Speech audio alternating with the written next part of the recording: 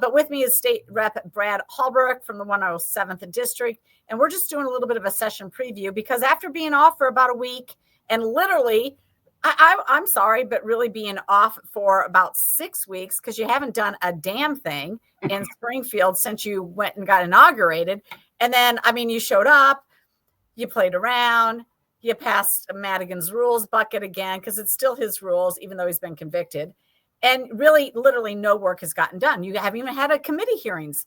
So this is a big week. It appears to me when I looked at the information, there are 268 bills in committee amongst 38 committees total. And the big thing this week, though, is on Wednesday, Governor Pritzker at noon will deliver his budget address, which I fully suspect will be filled with I don't know, a lot of pandering to particular special interests. He's going to want to put that in.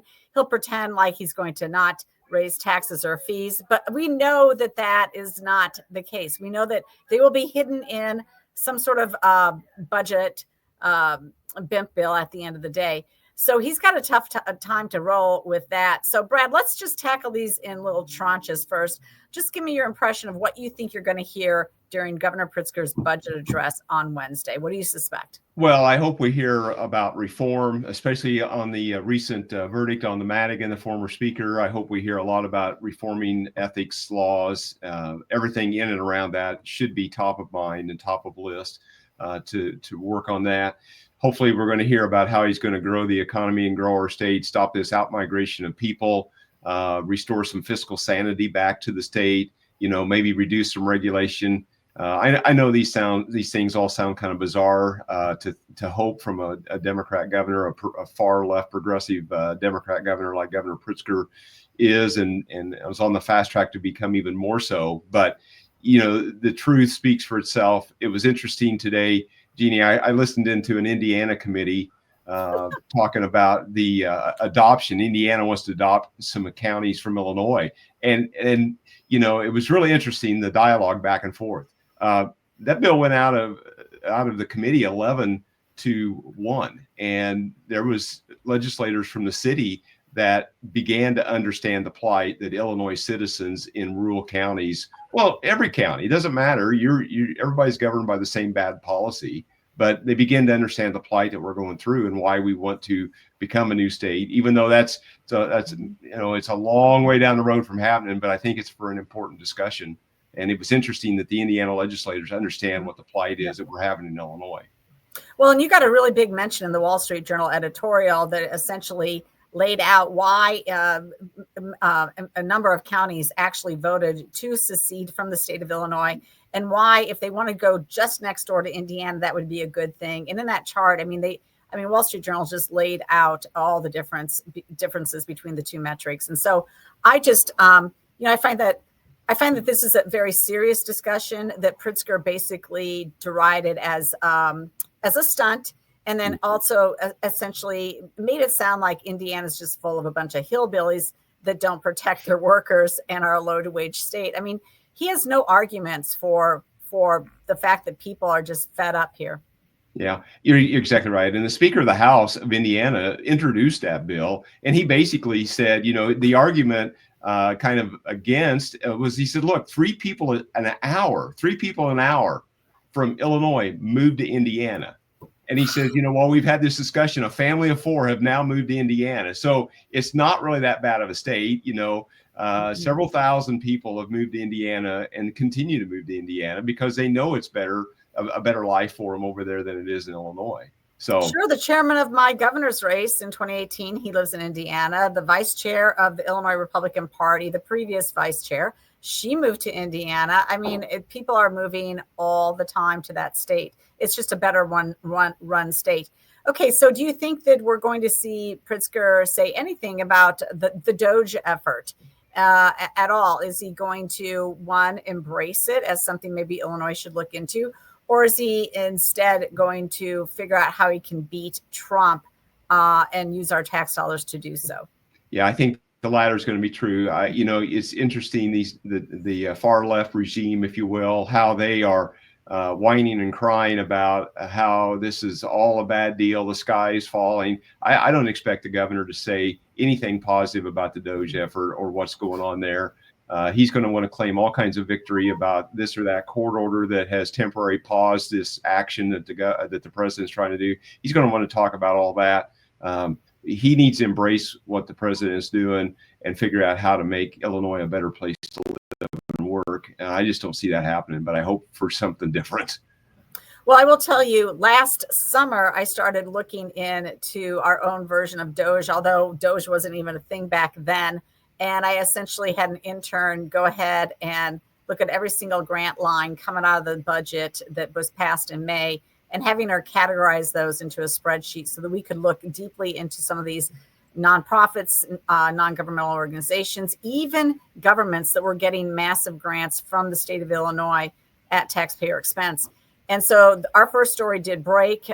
We did put it out on Chicago City Wire, and it's on the Indo-American Center, which is essentially just it's an entity that basically duplicates government services already. So it supposedly helps with immigration. It supposedly helps with education for new immigrants, all these other things that honestly are unnecessary. And they are due to get literally millions of dollars. I think I counted up $14 million in the last state budget going to this one NGO, including capital improvements to their property. I mean, it's just outlandish. Anyway, you can catch that story at Chicago City Wire, the Indo-American Center. I think that that's the type of effort that we need individually for people to do. I did notice that your colleague, Cabello, filed a bill to create his own Illinois DOGE commission or do that inside of the state. And my point to him is like, you know what I want you to do? I want you to go right now, John Cabello, because I've looked at this list in detail. I want him to go right now to the Rockford Hispanic Chamber of Commerce, whose website and Facebook has not been up to date for like 2 years. And I want him to go find out why we're giving that Chamber of Commerce any money at all. He could start right in his own backyard, just as the Democrats who are now saying, oh, yeah, maybe we should look at spending, go ahead. They could start in their own backyard. All of us have our own entities in our own backyard that are receiving government grants that are non-governmental organizations that do not deserve our money. Right. Well, under this governor, the budget's grown over 30%. I think is it 12 or $15 billion worth of growth in the last 5 or 6 years. It's expected to be a shortfall of $3 to $4 billion this coming fiscal year. So if it's just been continually expand new programs. There's not been any effort to cut anything. We've felt some cuts in some real meaningful areas downstate, but those have been few and far between. It's stuff that really made a difference, and the governor's decided to cut some of those things. Some of the stuff that deals with agriculture and what have you is really important. He just I guess we need that. So I hope that there will be an effort to try to trim this budget in the waste and the fraud. If my view is, Jeanne, if an agency or a governmental unit has never, ever had to trim, there's plenty of places to start looking to start trimming. Absolutely. Okay, so let's turn to the next topic, and that's basically what are we looking at in terms of legislation that has already been proposed, and specifically those that are in committee, because we know that thousands of bills get filed. Right now, there are 268 bills in committee, and amongst 38 committees, I counted 63 bills alone in revenue and finance. I'm guessing, except for your bills, that I don't even know if they made it to the Revenue and Finance Committee yet. But if they did, they're the only ones that I know of that actually freeze property taxes and stop the growth of them and put a cap on it. But you know what? With 260 bills, I didn't get a look at all of them. Do you have some that you wanted to highlight, though, to the audience? Well, we've got some bills that we need to talk. What's that? Yeah, what bills are you watching, though? Yeah, so we're just paying attention to the ones that are mandates that grow the size of government, that create more bad policy. There's task force, there's creation of commissions, there's lots of things like that this is really bad policy. So I think we've got to kind of be ahead of the curve on this stuff and try to kill it in committee. And I think we need to, that's why I think this program is really important. This stream here tonight is to get the word out so that people can be aware, even as minute as it may be. I know we're going to talk about this bottle bill that adds 10 cents of a tax, if you will, on disposable bottles. This is, maybe it sounds like a good idea, But this is only going on in a few states that are the more progressive states, and it just doesn't work. So I think that's the idea. These bills that we're going to talk about this evening are bills that need to be stopped. Maybe on their best day, they might be good concept. Let's just start right there with that one. It's a bill filed by Maurice West. He's a Rockford state legislator. It's HB 1319 for those, that want the details and are following at home. And it's called the Recycling Beverage Container Bill. And it requires that those people who sell beverages in containers, that they add a 10-cent refundable fee to it. And that fee is, of course, collected when you purchase it. And then you turn that container in and you get your 10 cents back.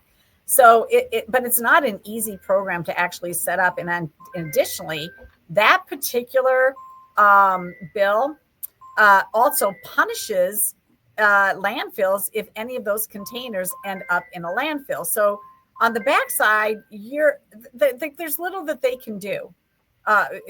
These landfill administrators, if it gets thrown into recycling or regular garbage, and then you're going to punish them. I think it's unworkable. Right, it is. Well, and again, it's just a 10-cent fee. But then again, if the consumer doesn't turn that bottle back in, they've lost that 10 cents. And so it's basically been a tax on their beverage purchase, whatever it is, right? Anything in that disposable bottle, it becomes a tax, and it puts a burden on these retailers that are selling these products. It puts a burden on them. They've got to manage the returns. I just see that being a huge boondoggle. And the list goes on and on. Creates a new special fund where three-fourths of the money goes to EPA, a fourth of it goes to another distribution for distributors, another fund.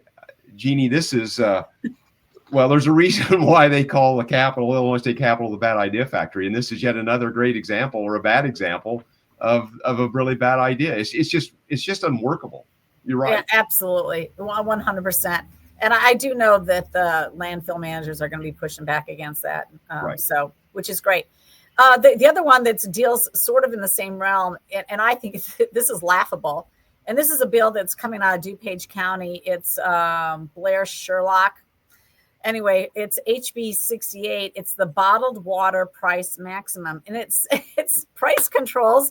It sets a price for what you can sell a 16-ounce bottle of water at a particular event venue. And how does she know what the right price is? I think in the bill it sets it at $2 and then escalates maybe with inflation. But $2, how does she know that is the price that the water should be sold at by the time it has to get, trucked in, paid for, stocked, I don't know, marketed, whatever it might be? Right. Well, yeah. And I just looked here. I've got the text in front of me, Jeanne, and it has it broken down by number of ounces of capacity. So a 16-ounce bottle of water, $2. If it's 16.01 ounces to 19.99 ounces, it's $2.50. If it's 20 to 23.99, I mean, this is what they do, right? It's $3, and then anything over 24 ounces is $4. And so this is just it's like, okay, Springfield government, the majority party knows what's best for business, and they can put these. I mean, this is nothing more than quasi price controls, right? I mean, this is price controls, and so you can't make it up. Here's another goofy one: HB 1370. This was on your State Freedom Caucus hot list.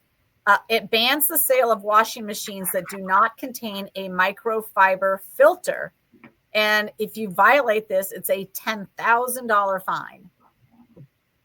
Right. And the research that I've done on this, evidently this is a thing in France, believe it or not. This is a thing evidently in France, and there is proposed legislation. I know you'll find this. I'm trying to find my numbers here to see, but I think it's California and maybe Washington State is going to propose legislation this spring. So this is nowhere else in the United States has this been put into law.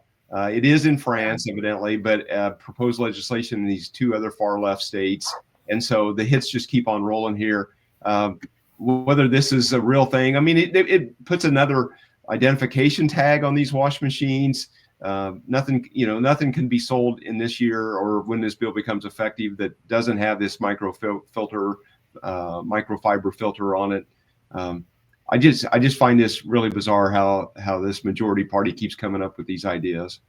Okay, well, let's be a little positive here. Give me a good bill that's out there, other than your property tax bills, which are really so my property tax bills, I think right now, hopefully we're trying to move these ideas that reduce taxes, or, and I guess let me just touch on the property tax. We put out an idea of a freeze, and of course, nobody likes that because they want their taxes to go down.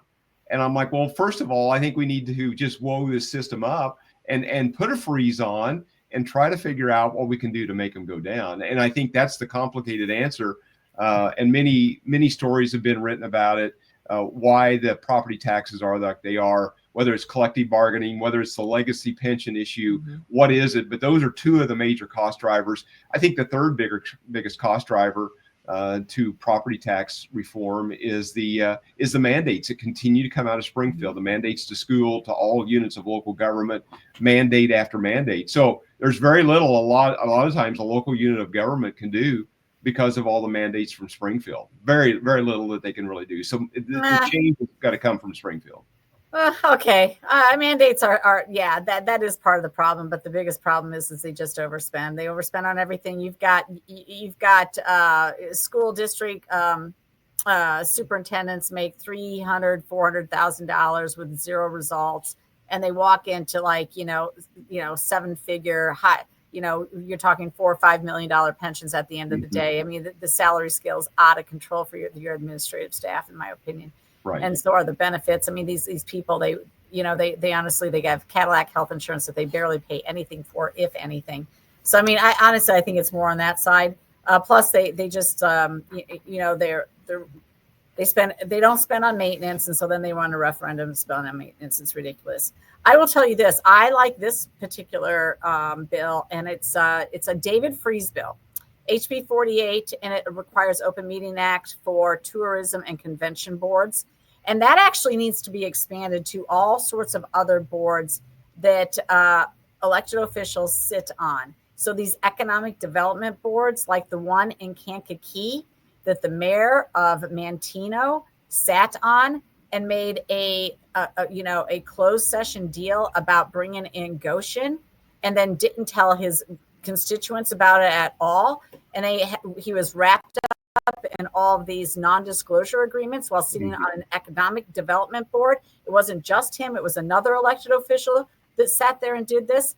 We need open meetings on any of those boards that an elected official sits on, for which he is obligating and cutting deals for his taxpayers that he thinks it's on behalf of them, and they may oppose. Yeah, this is a good idea. This is a good reform measure. Hopefully, like you say, we can maybe amend and continue to add these things. This is a great step, a first step forward to add these different bodies to the open meetings. And so I hopefully it'll get a hearing, and we'll see the light of day, and hopefully we'll get an up or down vote on it. Yep. There's also another category of bills that are just like, why do we have to do this type bills? Can't anybody just act on their own common sense? And so this one fits that category. This is a David Meyer bill. He's a Republican, and he basically is running bill HB 1319. And it says that if you are on military duty, then, and you can't participate in the required number of athletic practices before competition is to ensue. And I'm imagining this is a single bill to solve a single person's problem, because the guy was probably a football player and had some sort of summer training with the military, and he could not make it back in time to do his required, I think, 12 practices before the first game. And so you're doing this one-off bill because nobody has a lick of common sense, and we just regulate absolutely everything. Right. This is a fairly simple and short bill. Doesn't really have a lot of language in it. I haven't talked to Leader David Meyer yet about his bill, but I'm just curious, just how big of an issue this is. I'm not sure just yet, but in the land of where we don't do one-offs, sometimes we do a lot of one-offs, and this may be the case. I don't really know. We'll find out hopefully this week what's behind and what's driving this bill. I didn't notice if the prostitution bill was in committee yet, but that's one to look out for. And then another one to look out for, just as we wrap this up, is HB 1328. that is assisted suicide. So they just want the whole gamut of terrible life-ending legislation to happen in the state of Illinois. Yeah, for lots of reasons, this is a really bad idea. Also, Mm-hmm. I think it's just the idea, it just continues to devalue life, the sanctity of life, the value of life. I think it just opens up a whole nother Pandora's box, the slippery slope argument. I think the potential for abuse from, family members or friends, you have to look at all that thing, the doctor-patient relationship situation. There's just a ton of things here from an ethical and moral standpoint that this bill, this is going to be interesting to see if this begins to move forward or not. Hopefully it doesn't, but time will tell. It's assigned to committee. I don't think there's anything actually that's going to get heard this week at this point in time. I'm just looking here just to double check to make sure. Yeah, so nothing's scheduled to be heard this week, but it is in executive committee.